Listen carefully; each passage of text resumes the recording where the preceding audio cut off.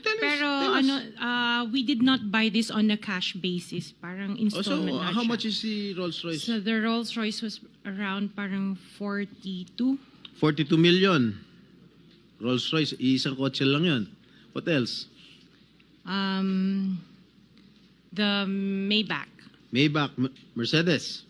How much? Parang nasa 22. Parang ganun. 22 million. How Pwede many pa Maybachs? natin pakita yung screen. Just Kaming one. hindi nakakaalam. Sprinter, and the Gladiator, the Porsche, Cayenne, Maserati, this is the G63, Benz na Avantgarde, dalawang moon buggy, Bentley, Maybach, Mercedes-Benz Maybach. Then of course, yung latest, Your favorite? yes, our favorite is the Rolls-Royce. This is the Cullinan. Yung SUV. Escalade?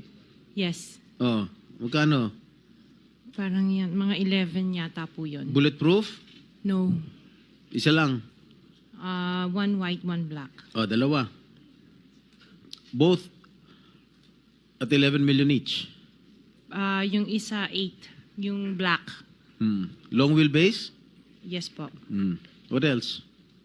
Yung GMC. What is this GMC? White and black. Ports niya. Lincoln Navigator. Black and white. GMC Denali. So, black and white version din siya. Pero ito, diesel to. Ito gas. Grand Wagoneer. Yung Suburban. Kasi Alphard. So, ito yung Dodge Ram. And then, the Tundra na Toyota. So, the Toyota Sequoia. The RD Pro. Ito pa pala, di mo sinasabi sa akin, oh. Range Rover. 2016 pa po siya. Ilan? Just the one autobiography and then What the Defender. autobiography? Ito ba yung Range Rover? Range Rover po. Oh, okay, how much did you purchase? 16. 16 million. 2016 pa po yun. Ilan? Isa lang po siya. What else aside from Range Rover? Sabi mo? Defender. Defender. Ano siya? Range Rover. Range Rover din. Oh. Ilan? X5, tsaka yung F-Pace na Jaguar.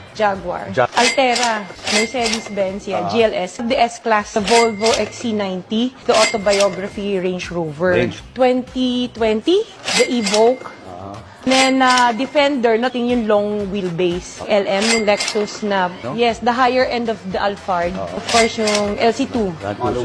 Savannah, nag-EMC siya. Dumating tong Ford Bronco. It's one of the first editions. Benz GLE, ito yung X7. We have yung Gusto mo maging paglaki mo? DPW8.